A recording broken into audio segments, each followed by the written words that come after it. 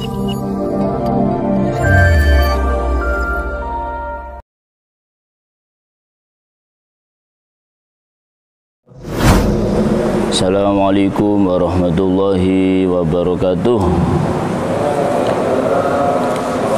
Alhamdulillah, alhamdulillah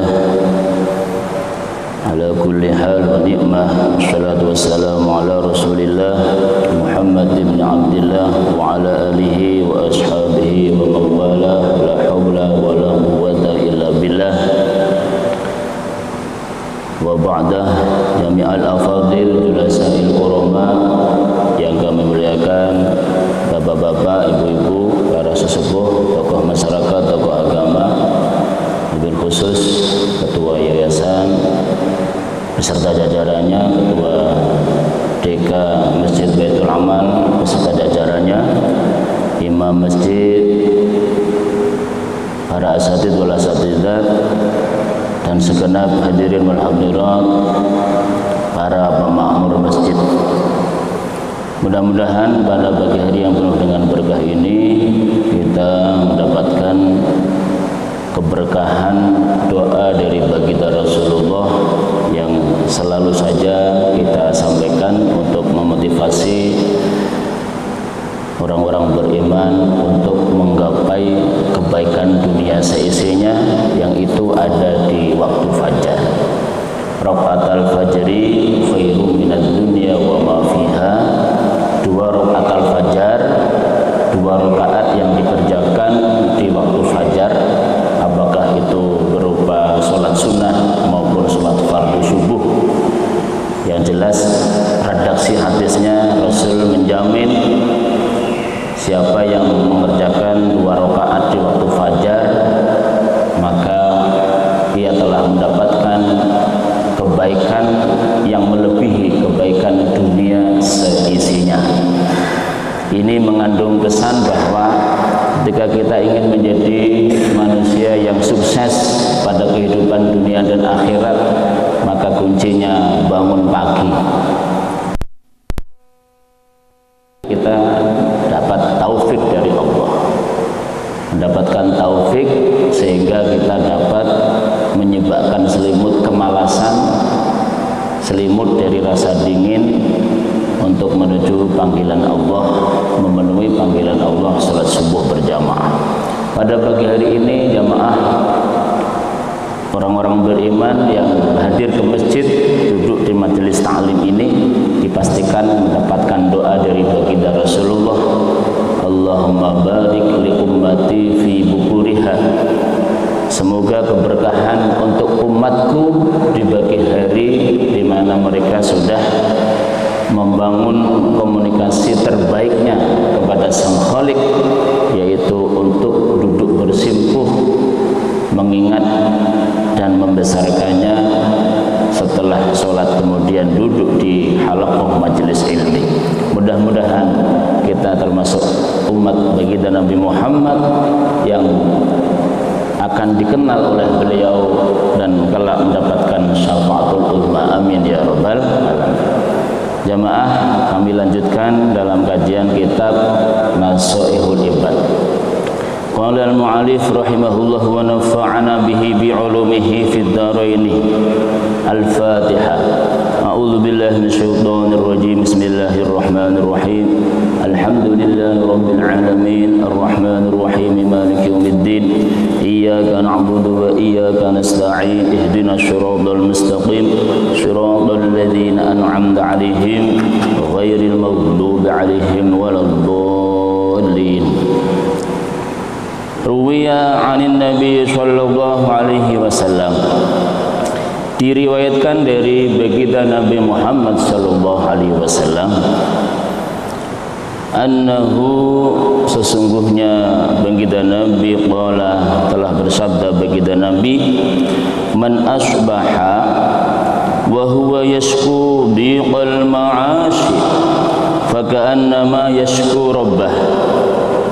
Man asbaha, barang siapa di pagi hari begini, wa huwa yashku diqal ma'ashi, pagi-pagi begini bukan zikir, bukan bukan berdoa, bukan bermunajat kepada Sang Khalik, pemilik jagat raya, Sang pemberi rezeki, di pagi hari ini wa huwa yashku dhiqal ma'ashi, dia justru ngerumpi dengan temannya, kemudian mengeluhkan kesulitan hidupnya. Wa huwa yashku dhiqal ma'ashi, ngerumpi dengan temannya, dengan sesama makhluk yang mana ia mengeluhkan kesulitan hidupnya. Kan biasa Pak ya, namanya duduk dengan teman itu kan jarang sekali yang mengamalkan hadis wa amma bi ni'mati rabbika fahaddits, menceritakan nikmat-nikmat Allah itu jarang sekali. Alhamdulillah saya kemarin dapat bonus dari perusahaan. Alhamdulillah saya kemarin mancing dapat ikan 1 kintal. Jarang Pak yang cerita yang baik-baik. Kalau sama teman biasanya ini corona ini semuanya serba sedih. Ini perusahaan ini bangkrut. Kalau ngerumpi itu biasanya begitu Pak. Hati-hati Pak, hati-hati. Ternyata dalam hadis ini man asbaha wa huwa yashku dhiqal ma'ashi, siapa yang pagi hari ngerumpi mengeluhkan kesulitan hidupnya kepada sesama makhluk, kepada temannya dan sebagainya, bukan sebaliknya. Kalau sebaliknya alhamdulillah menceritakan kenikmatan-kenikmatan Allah, di samping itu perintah, itu akan menyebabkan dirinya akan dapat nikmat yang berlipat ganda. Kebanyakan manusia justru sebaliknya, kalau dapat yang baik-baik disimpan. Kenapa? Kalau dapat bonus dari perusahaan kok diceritakan, takut nanti temannya hutang, temannya minta bagian. Kalau sahabat dekat, mana JP-nya, mana JP, jatah preman. Na'udzubillah min dzalik. Tapi kebanyakan manusia seperti itu, mengeluhkan yang buruk-buruk. Nah, diancam oleh baginda Nabi, man asbaha wa huwa yashku dhiqal ma'ashi, siapa yang suka mengeluhkan kesulitan hidupnya, faka'annama yashku rabbah. Apa ancamannya? Orang ini seperti halnya sama saja, yaitu dengan mengadukan Tuhannya. Jadi pagi-pagi kok sudah mengeluhkan kesulitan hidupnya, itu sama saja dengan mengadukan atau protes kepada Tuhannya. Hati-hati jamaah. Yashku atau dari kata shikayah, meratap. Tapi kalau sekedar guyonan Pak ya, sekedar apa istilahnya gurau-gurau nggak apa-apa lah. Tapi meskipun gurau, kalau kemudian menjadi kebiasaan berbahaya juga. Yang sampai tadi berakibat dianggap telah protes tidak terima dengan qada-qadar Allah, dengan mengeluh tadi, itu yang dimaksud adalah syikayatun, meratap, dalam arti betul-betul tidak terima dengan kondisi dirinya. Itu sama-sama satu perusahaan kok dia bisa begini, itu sama-sama 10 tahun di Batam, sama-sama merantau, dia bisa begini, saya kok begini. Nah, tidak terima. Nah, itu yang dimaksud. Yang dimaksud pagi-pagi sudah mengutuk atau merutuk, tidak terima dengan qada-qadar Allah. Ini kalau mengeluh kepada sesama makhluk, ini sama dengan protes kepada Allah Subhanahu wa taala. Kita tidak boleh melakukan hal ini kecuali malam hari dalam keadaan berkesendirian. Kepada Allah kita menangis, ya Allah kenapa saya begini, itu boleh. Sama-sama saya 10 tahun merantau, dia sudah punya rumah bertingkat, saya malah menjadi kontraktor misalnya. Maksudnya kontrak terus Pak, kontrak melulu. Itu sama-sama di perusahaan, dari sisi senioritas juga sama. kalau misalnya di di militer ya, karirnya naik terus. Itu kalau malam hari di atas sajadah mengadu, protes, menangis itu malah bagus. Nah, yang nggak boleh syikayah di sini adalah protes, mengadunya kepada sesama makhluk. Sekali lagi, siapa yang pagi hari sudah mengeluhkan nasib buruk dirinya atau kesulitan hidupnya kepada sesama makhluk, ini sama dengan faka'annama yashku rabbahu, sama dengan dia mengadukan atau protes keberatan kepada qada qadar Tuhannya. Sebagaimana hadis Nabi yang diterima dari Abdullah bin Mas'ud radhiyallahu anhuma. Jadi kalau menyebut Abdullah bin Mas'ud itu doanya radhiyallahu anhuma. Kenapa jamaah? Karena kita memintakan ridha Allah untuk keduanya, tidak hanya kepada Abdullah saja, tetapi Abdullah kita mintakan ridha Allah, Mas'ud juga kita minta ridhokan Allah. Abdullah ibnu Mas'ud radhiyallahu anhuma. Dan ini ciri-ciri Ahlus Sunnah wal Jamaah ketika menyebut nama sahabat Nabi. Ini ada dua, Abdullah, kemudian ayahnya sahabat Mas'ud, maka disebut dengan Abdullah ibnu Mas'ud. Jadi ciri-ciri pemahaman Islam Ahlus Sunnah wal Jamaah ketika menyebut nama sahabat Nabi itu pasti mendoakan keridhaan Allah, radhiyallahu anhu atau anhuma atau radhiyallahu anhum. Kebalikan dari pemahaman Syiah.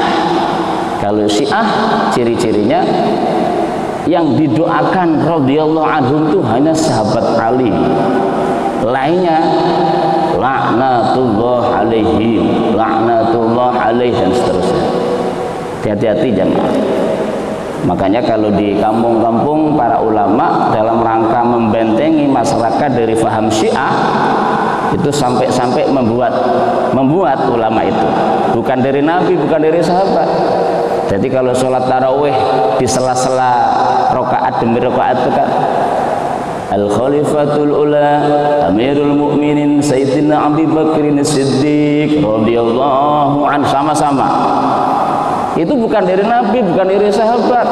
Itu dalam rangka untuk membentengi umat agar mencintai sahabat Nabi secara sama tanpa membedakan.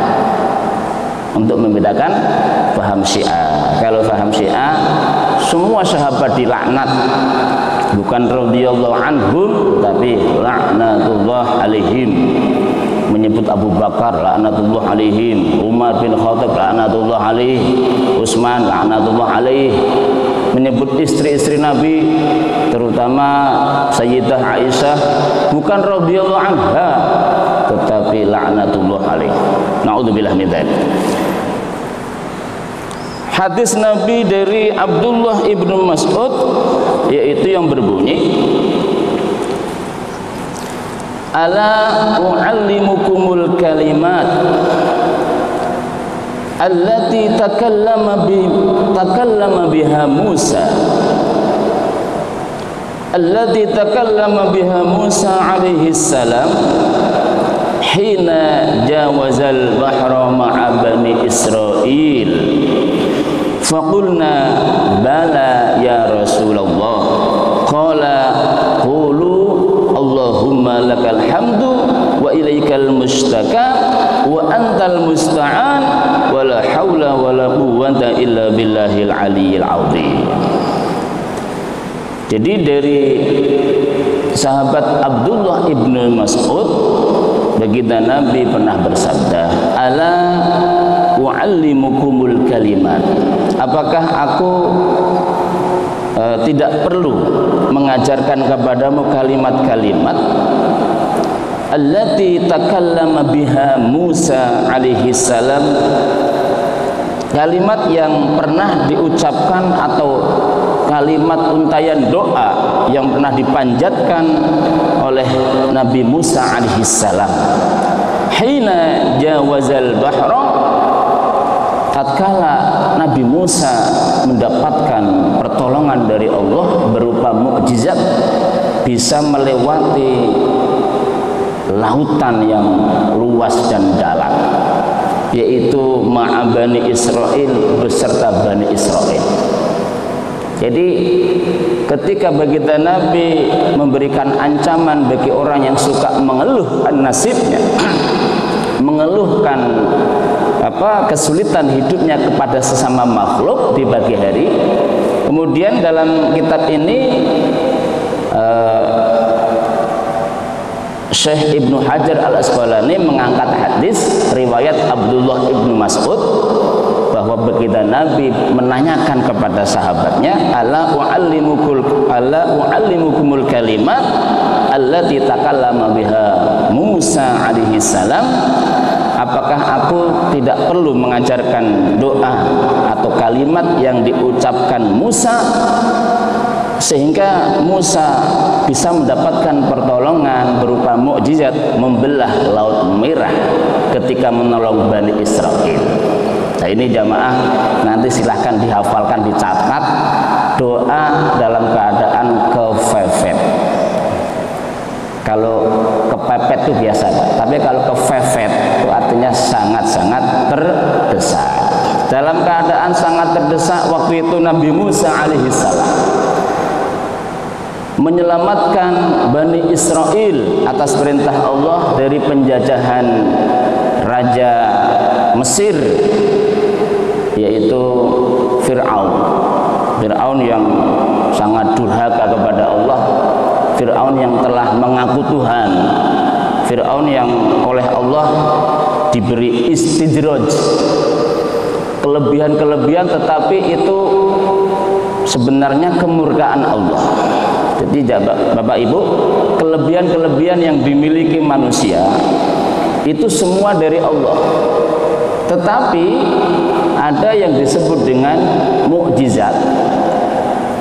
Itu kelebihan, keistimewaan yang Allah berikan kepada utusannya, Nabi dan Rasulnya. Nabi Musa bisa membelah laut yang nanti akan kita ceritakan, itu mukjizat. Sebaliknya di zaman yang sama, Fir'aun yang mengejar-ngejar Nabi Musa juga diberi kelebihan oleh Allah.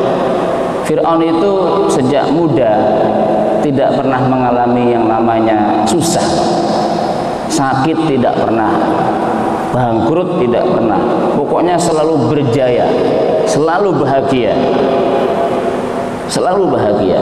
Makanya karena selalu tercukupi, selalu keturutan, selalu apa yang diingini itu terwujud, maka Fir'aun ini kemudian sombong dan lupa diri, lupa daratan, bahkan mengaku Tuhan. Fir'aun itu yang paling terkenal adalah pernyataannya atau statementnya sebagai raja itu, yang menentukan mati dan hidup kalian itu saya. Itu kata-kata Fir'aun. Itu pernyataan seorang pemimpin yang luar biasa, yang menentukan nasib mati dan hidup kalian itu saya. Itu kata Fir'aun. Sedemikian durhakanya kepada Allah. Tetapi itu anehnya memang diizinkan, dalam arti apa yang dia ucapkan itu terjadi. Betul-betul Fir'aun itu bisa menentukan nasib seseorang. Kalau Fir'aun suka dengan seseorang, dia itu akan bahagia, diberi jabatan, semua serba cukup. Tetapi kalau sudah tidak suka dengan seseorang, maka orang itu akan betul-betul sengsara, dibikin miskin, dibikin serba tidak cukup dan sebagainya. Itu Fir'aun. Maka kelebihan yang ada pada diri Fir'aun ini disebut dengan istidraj. Bahasa Jawanya mengelulu, ya Pak. Kalau bahasa Medan apa Pak? Diberi sesuatu tapi sebenarnya itu dalam rangka untuk mewujudkan kemurkaan. Seperti misalnya orang tua yang sedang kesulitan, tetapi anaknya tiba-tiba nangis, bahkan membuat ulah. Yang ulah itu sebenarnya mengandung bahaya, bahkan mengancam orang tuanya. Misalnya minta sesuatu, kalau saya tidak diberikan ini maka saya akan begini. Kira-kira kita akan mengasih nggak? Kalau anak kita ngancam, anak kita minta ini gitu, minta sesuatu, kalau tak dikasih saya akan begini. Yang begininya itu bahaya. Nah itu kemudian orang tuanya akan berusaha dan mencarikan dan memberikan apa yang diminta. Ini pemberian namanya istidraj, dikasih tapi sebenarnya marah. Nah ini Fir'aun itu demikian, apapun yang diminta itu dikasih oleh Allah, tetapi Allah murka. Nah nanti akibatnya di akhirat betul-betul ia akan mempertanggungjawabkannya dengan menebus dengan persiksaan yang bertubi-tubi dari Allah Subhanahu wa taala. Nah, ketika Nabi Musa menyelamatkan Bani Israel, Nabi Musa modalnya hanya doa, Pak. Dan beliau mendapatkan warisan berupa tongkat. Yang tongkat ini menurut para mufassir rupanya itu tongkat dari nabi ke nabi, dari Nabi Adam ke Nabi Sis, Nabi Idris. Semua nabi itu rupanya pegang tongkat itu. Sampailah tongkat itu ke Nabi Musa alaihissalam. Cuman fungsi dan kegunaannya oleh Allah disesuaikan dengan zamannya. Di zaman Nabi Musa dengan tongkatnya ini, Nabi Musa dengan perintah Allah supaya Fir'aun yang sangat durhaka mengaku Tuhan ini sadar, maka tongkat ini dilemparkan ke depan singgasana Fir'aun. Tongkat ini menjadi ular yang membuat para menteri, orang-orang yang ada di ruangan itu ketakutan. Tetapi bukan malah sadar, Fir'aun malah tertawa karena rupanya Fir'aun itu kurang pasukan ahli sihir yang itu biasa, tali kemudian ikat pinggang jadi ular itu biasa. Maka begitu Nabi Musa melemparkan tongkatnya dan menjadi ular yang sangat besar, maka itu dilawan oleh pengawal-pengawal Nabi Fir'aun, Raja Fir'aun, dan akhirnya terjadilah ular dengan ular saling mematuk, tetapi dimenangkan oleh ularnya Nabi Musa. Apakah Fir'aun sadar? Tidak. Fir'aun masih menganggap itu permainan sihir. Dan seterusnya banyak sekali yang malah hasil karena Fir'aun gak sadar-sadar, Nabi Musa diperintahkan membawa pergi Bani Israel.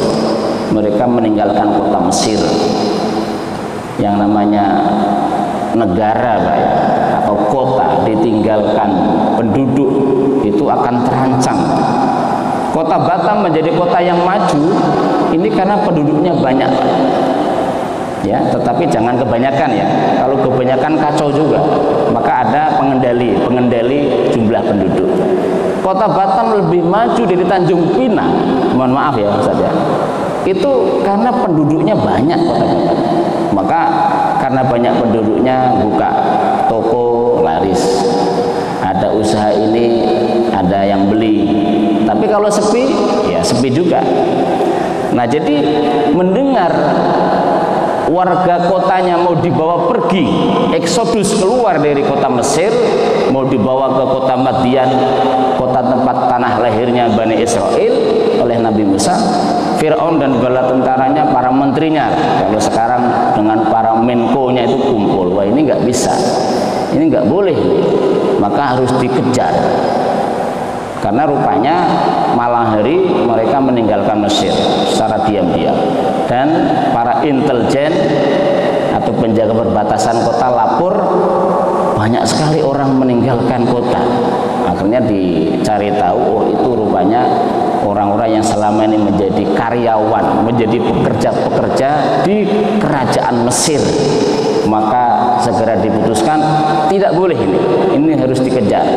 Nah, terjadilah kejar mengejar, bahkan Raja Fir'aun mengejarnya dengan bala tentara bersenjata lengkap, mengerahkan seluruh pasukan.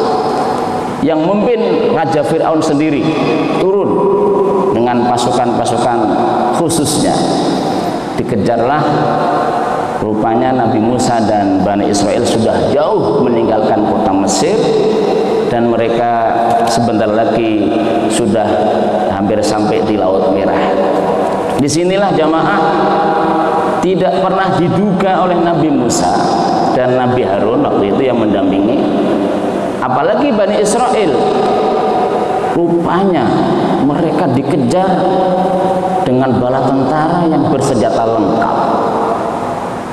Sementara di depan mata mereka jalan sudah putus karena di depannya sudah berupa tebing, yang mana depannya adalah Laut Merah.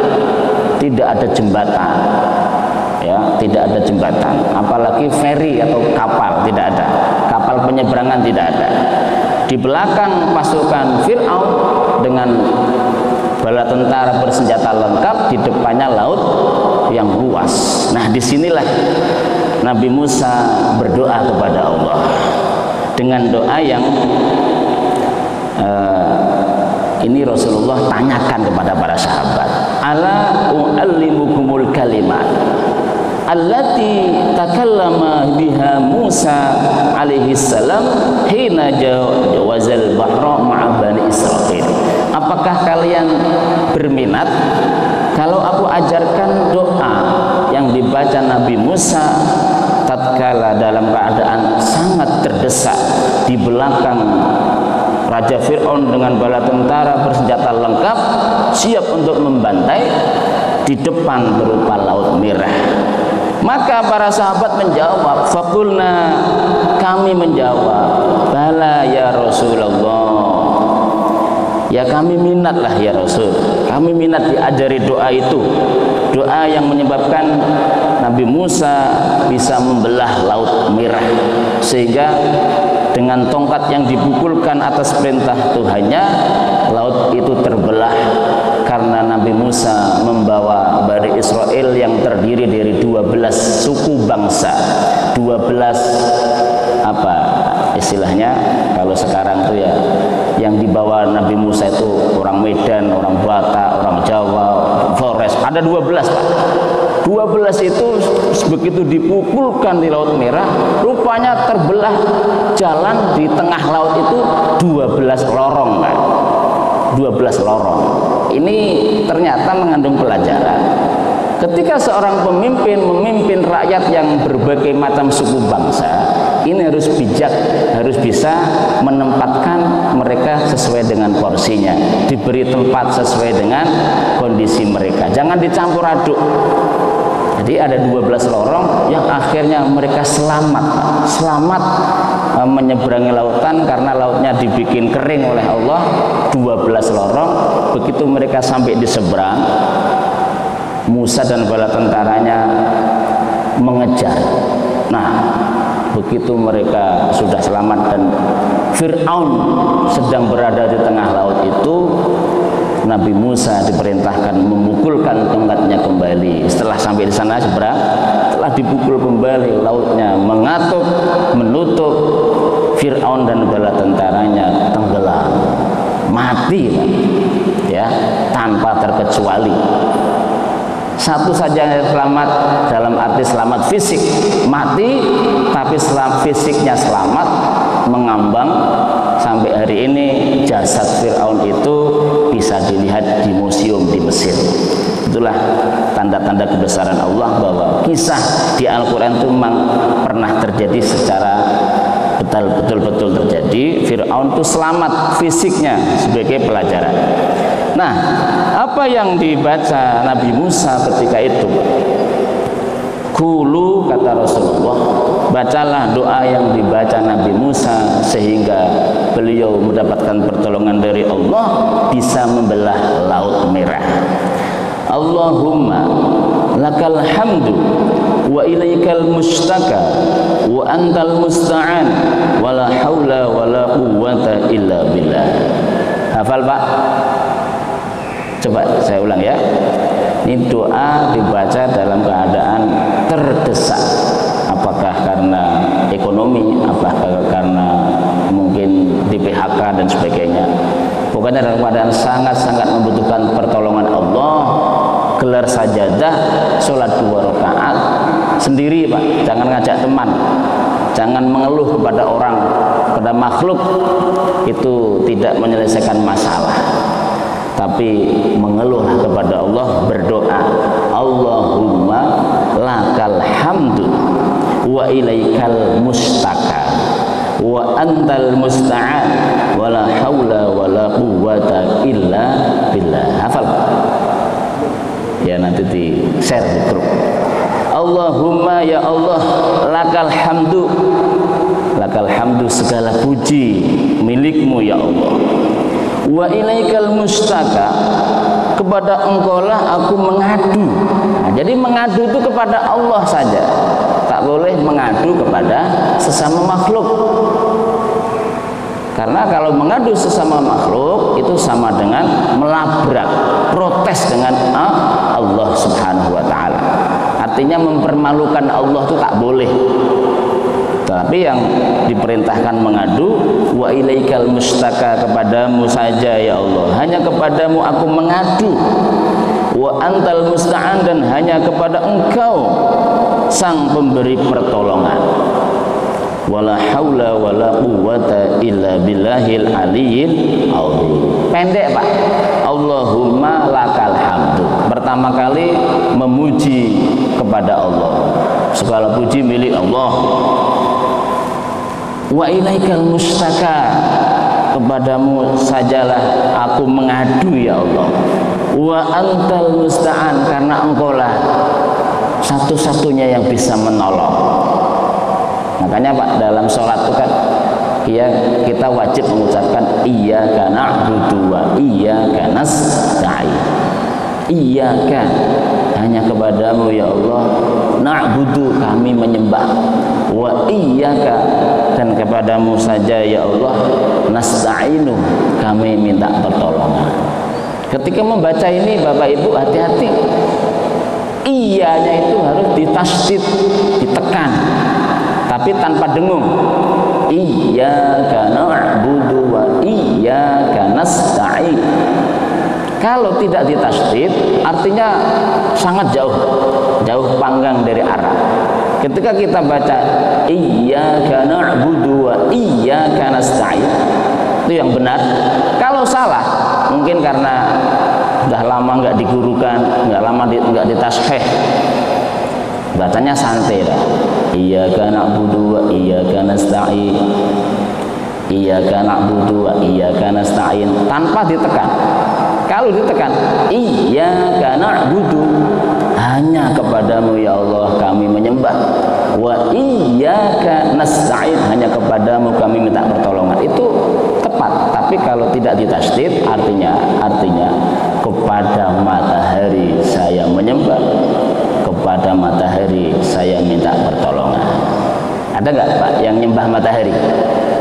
Ada kaum musyrikin di sebelah sana, nyembahnya matahari. Jadi ketika baca iyyaka ditekan, iyyaka. Bisa Pak diulang sama-sama? Allahumma lakal hamdu wa ilaikal mustaka wa antal musta'an wala haula wala quwwata illa billahil aliyyil azim. Nanti saya tuliskan lah, di share di grup. Pendek saja. Intinya dalam keadaan sedang susah, sholat hajat 2 rakaat di malam hari di tempat yang sepi, ya masjid kita kalau malam kan sepi ya, boleh di rumah, boleh di masjid. Yang jelas intinya adalah kita mengadu kepada Allah, yaitu membaca Allahumma lakal hamdu wa ilaikal mustaka wa antal musta'an wala haula wala quwwata illa billahil aliyyil azim. Al-A'mash berkata, Al-A'mash salah seorang ulama di Kufi ya, aku mendengar doa tersebut dari saudara kandungku yaitu Al-Asadi Al-Kufi, yang doa tersebut ia terima dari Abdullah radhiyallahu an. Maka setelah aku dengar doa itu, aku hafalkan, aku tulis, aku hafalkan, dan tidak pernah aku tinggalkan doa tersebut. Sering-sering baca doa tersebut. Maka Al-A'mash berkata, telah datang kepadaku seorang dalam mimpiku, yang mana orang tersebut berkata, wahai Sulaiman, tambahkanlah doa tersebut dengan kalimat di bawah ini. Nah, jadi setelah beliau baca Allahumma lakal hamdu wa ilaikal mustaqan wa antal musta'an wa la haula wa la quwwata illa billahil aliyyil azim, beliau didatangi seseorang dalam mimpinya agar ditambah kalimat tersebut, ditambah dengan wa nasta'inuka ala fasadin fina wa nas'aluka sholaha amrina kullihi. Jadi ditambah itu Pak, wa nasta'inuka,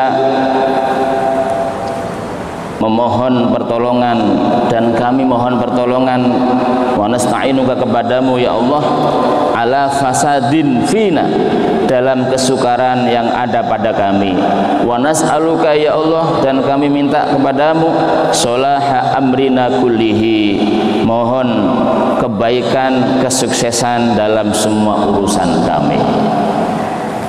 Demikian jamaah nasihat dalam kitab Nashahil Ibad pada pagi hari ini, yaitu intinya adalah kita jangan mudah berkeluh kesah kepada sesama makhluk, sama sekali itu tidak ada untungnya, tetapi malah buntung.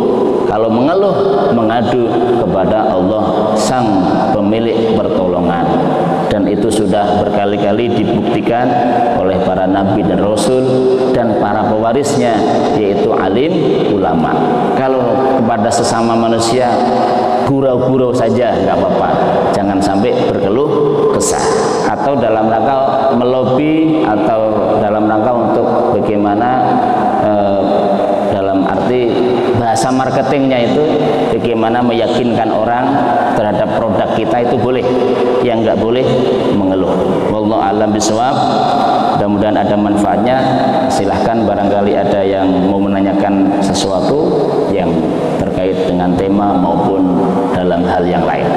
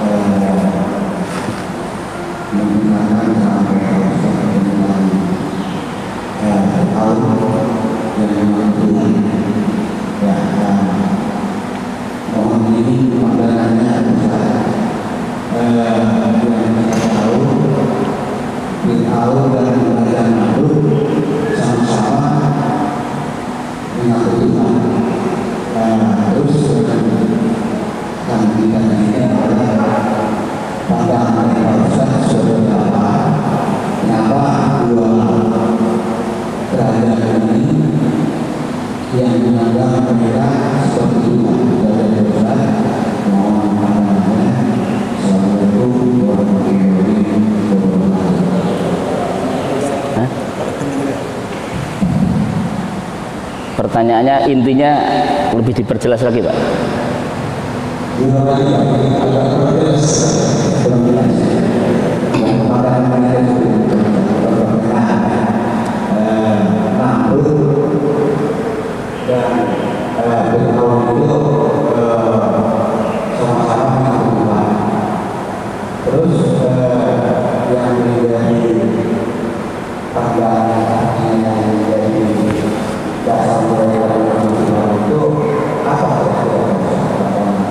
Oh ya.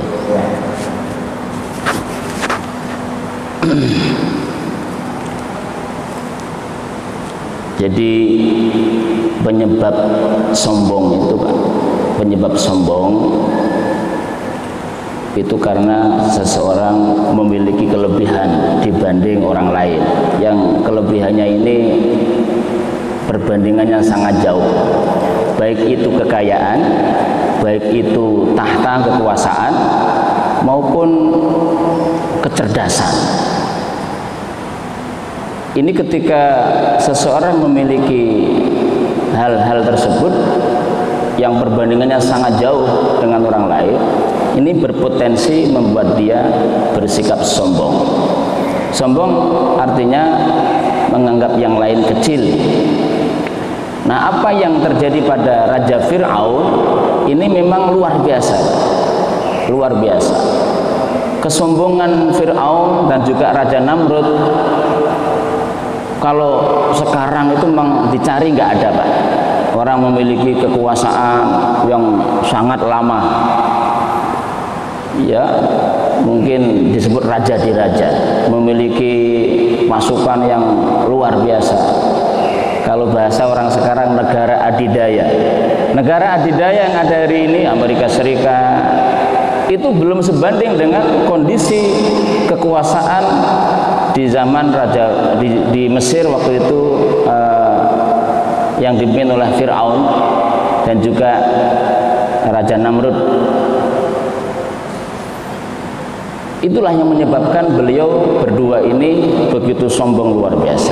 Nah, kalau ditanyakan apa penyebabnya, yaitu karena ia memiliki kelebihan, yang kelebihan tersebut sifatnya istidraj. Hati-hati, tidak semua kelebihan itu merupakan fadl, rahmat, pemberian dari Allah dalam arti karomah atau kemuliaan atau mukjizat. Hari ini misalnya kita diberi kecerdasan melebihi orang lain, kita diberi kekayaan jauh melebihi orang lain, kita diberi kekuasaan jauh melebihi orang lain. Selalu jadi misalnya, pokoknya naik terus.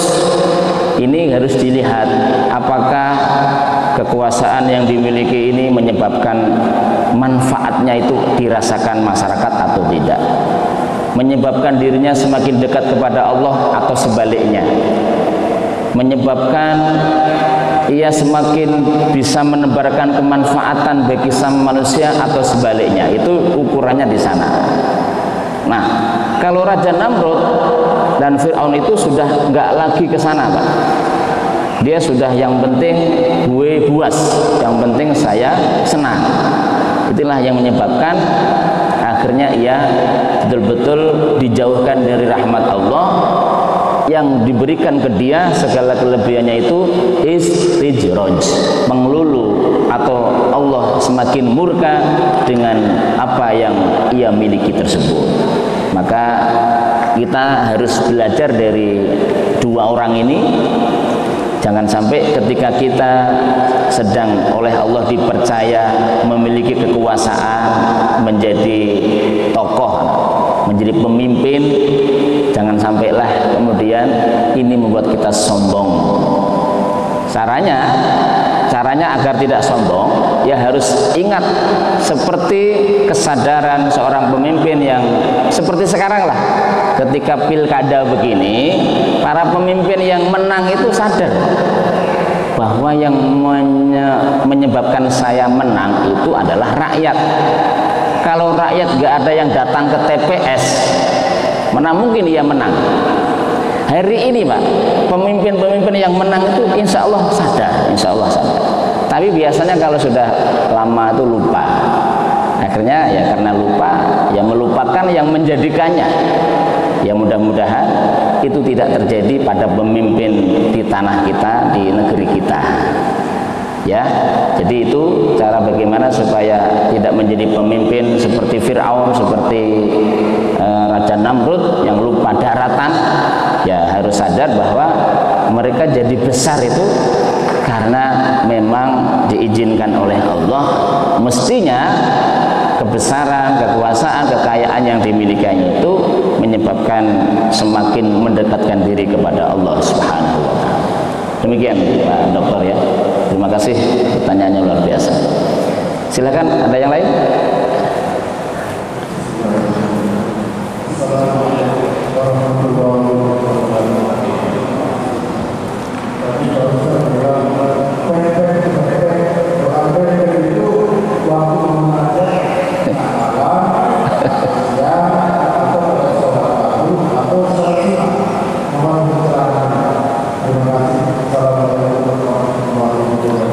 Waalaikumsalam.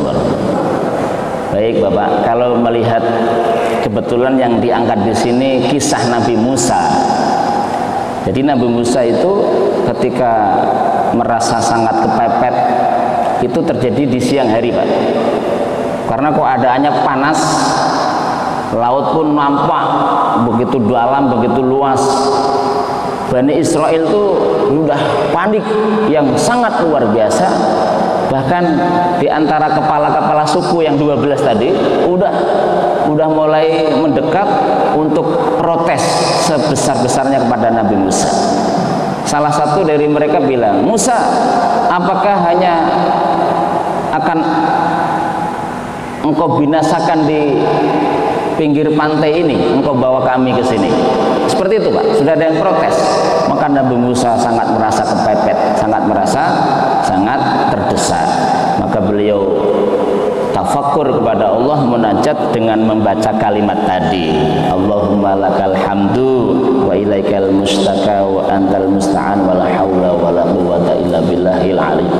Nabi Musa waktu itu nggak tahu Pak akan ada dapat apa, itu nggak tahu. Pokoknya yakin Allah akan menolong. Nah tiba-tiba Allah berfirman, mewahyukan agar Nabi Musa memukulkan tongkatnya 3 kali ke pinggir pantai. Jadi waktunya kapan Pak? Ya setiap kita itu kan memiliki kondisi yang berbeda-beda. Dalam keadaan sangat terdesak, ya baca itu. Bahkan dikisahkan di sini seorang ulama bernama Al-A'mash. Nah, beliau bahkan membaca ini selalu Pak, selalu membaca ini. Selalu dalam bacaan doa-doa, di sela-sela doa-doa sholat, beliau membaca ini. Jadi ini kisah sering baca, maka dalam keadaan nanti kepepet, ya insya Allah Allah menolongkan, memberikan pertolongan yang di luar dugaan kita, di luar perhitungan kita.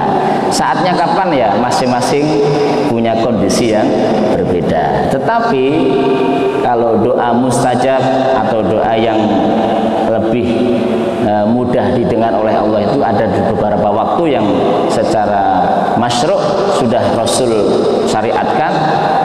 Salah satu doa yang mustajab itu Pak, ketika kita sholat, yang pertama dalam keadaan kita sedang sholat itu banyaklah berdoa. Maka di antara doa yang dilembagakan dalam sholat itu ketika duduk di antara 2 sujud, itu kan doa Pak ya. Rabbighfirli warhamni wajburni warfa'ni warzuqni wahdini wa'afini wa'fu anni.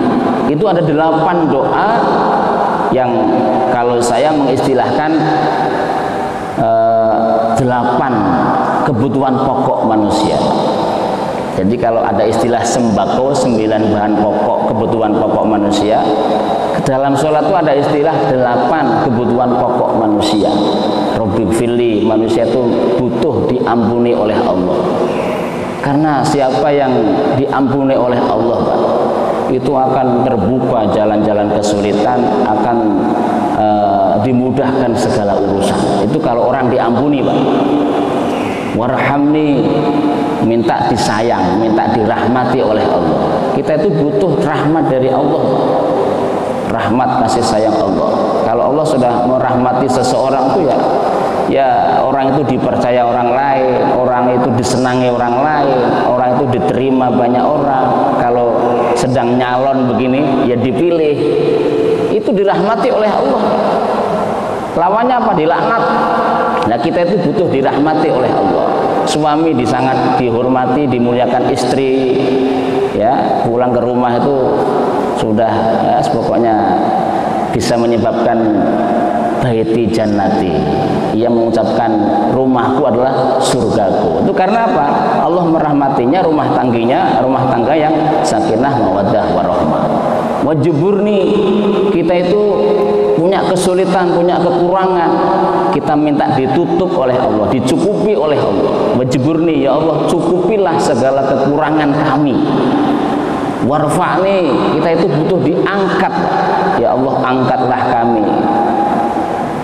Warzuqni, kita butuh rizki setiap hari, ya Allah berikanlah kami rizki dari sisimu. Wahdini, kita minta diberi hidayah, petunjuk oleh Allah setiap saat. Makanya kita diwajibkan baca ihdinas siratal mustaqim. Begitu luar biasanya iblis dan bala tentaranya ingin menjerumuskan kita, maka kita 17 kali minimal harus minta ihdinas siratal mustaqim. Tunjukilah ya Allah jalan-jalan yang lurus. Ditambah lagi doa di antara dua sujud, wahdini, ya Allah berilah kami petunjuk. Wa'afini, ya ini Pak, dalam keadaan sedang masa ini pandemi Covid yang khusyuk Pak. Wa'afini, ya Allah berilah kami afiah, sehat zahir batin, sehat zahir batin, supaya terlindung dari corona. Wa'fu anni, dan maafkanlah aku, ya Allah. Meskipun aku ini sholat, meskipun aku baca Quran, meskipun aku ini nampak soleh, tetapi pasti banyak kesalahan, kekeliruan. Maafkanlah aku ya Allah. Nah seperti itu. Sebagai pemimpin minta maaf kepada yang dipimpin dan seterusnya. Imam juga tentu punya kesalahan pada makmum. Jadi wa'fu anni, maafkanlah aku ya Allah. Nah itu Pak. Jadi setiap kita punya kesulitan, punya masalah masing-masing, berbanyaklah doa yang mustajab itu ketika sholat, ya, ketika sujud terakhir dalam setiap sholat itu, di samping baca subhana rabbiyal a'la, subhana rabbiyal a'la, atau yang ada yang baca subhana rabbiyal a'la wa bihamdi, dua-duanya boleh. Itu jangan langsung duduk tahiyat akhir, perpanjang sujud terakhir kita, disitulah kita berdoa, munajat kepada Allah, minta apa yang menjadi hajat kita. Yang pertama. Yang kedua, fi duburi sholati, selesai sholat itu doa orang itu mustajab. Jadi kalau sudah salam jangan langsung pergi, baca doa Allahumma antas salam wa minkas salam dan seterusnya, berdoa. Doa setelah sholat itu mustajab. Jangan seperti teman-teman kita yang buru-buru, Allahumma antas salam, malah Allahumma lantas jalan. Enggak memanfaatkan momentum, habis sholat itu doanya mustajab. Banyak Pak, setelah azan sampai qomat, bainal azan wal iqamah itu juga mustajab doa, doanya mustajab. Kemudian tiba-tiba ada hujan deras, nah itu dalam keadaan sedang hujan deras itu doa juga mustajab.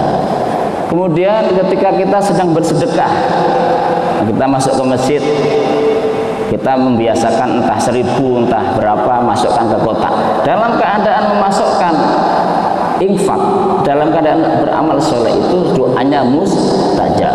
Berdoalah, berdoa hajat kita apa sambil bersedekah dan seterusnya, masih banyak. Demikian, karena waktu sudah habis. Kalaulah masih ada pertanyaan satu orang, monggo silakan. Sudah waktu Isra.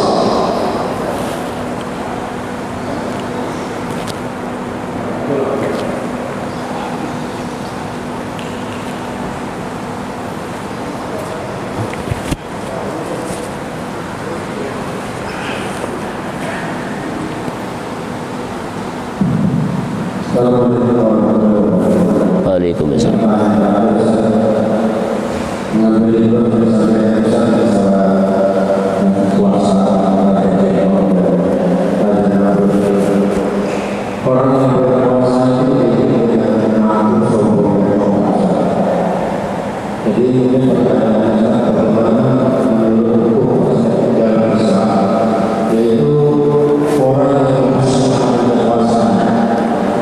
Orang yang puasa dia tidak mampu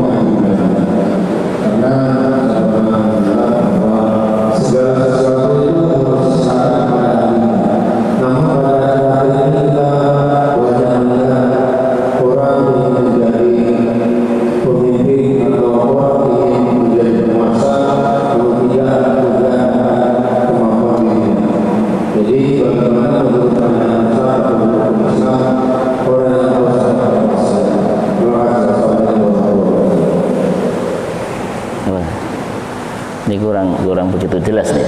Jadi Pak Ketua kita hampir mirip dengan Pak Zuhrin tadi ya. Titik beratnya pada orang yang ingin berkuasa gitu.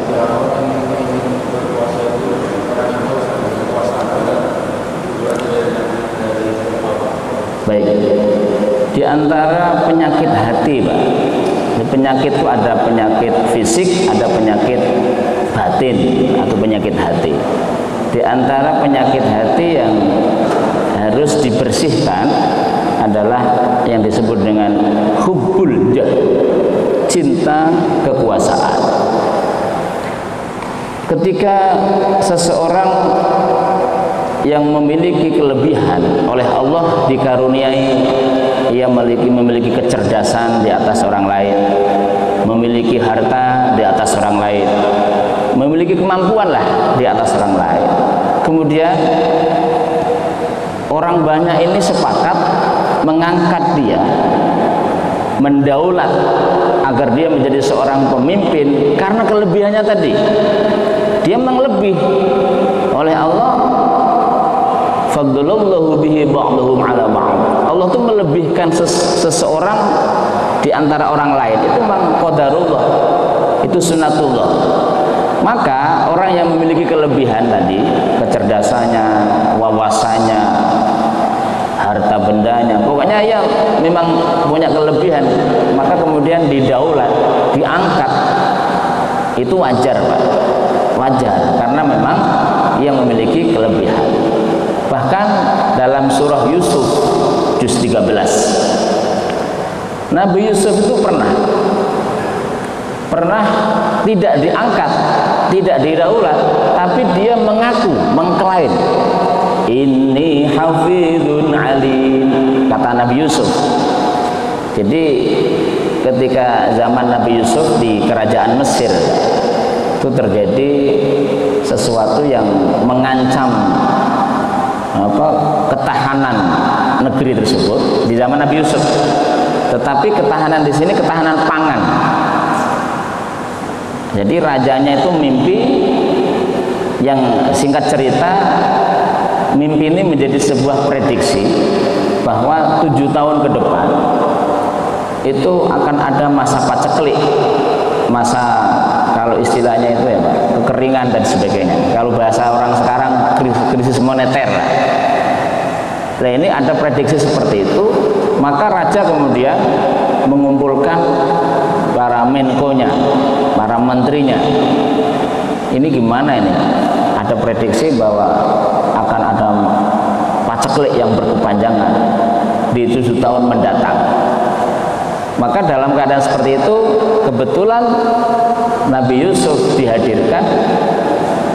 Maka raja sedang mencari siapa kira-kira yang dipercaya untuk mengatasi krisis. Dalam keadaan sedang terjadi pemilihan, Nabi Yusuf unjuk jari, wahai raja, ya Malik, inni hafizun alim, sesungguhnya aku memiliki kemampuan dan aku memiliki ilmu untuk mengatasi krisis yang akan dihadapi bangsa ini. Ini mengandung pelajaran, dan ini yang kemudian dilakukan oleh orang-orang sekarang, Pak Ketua.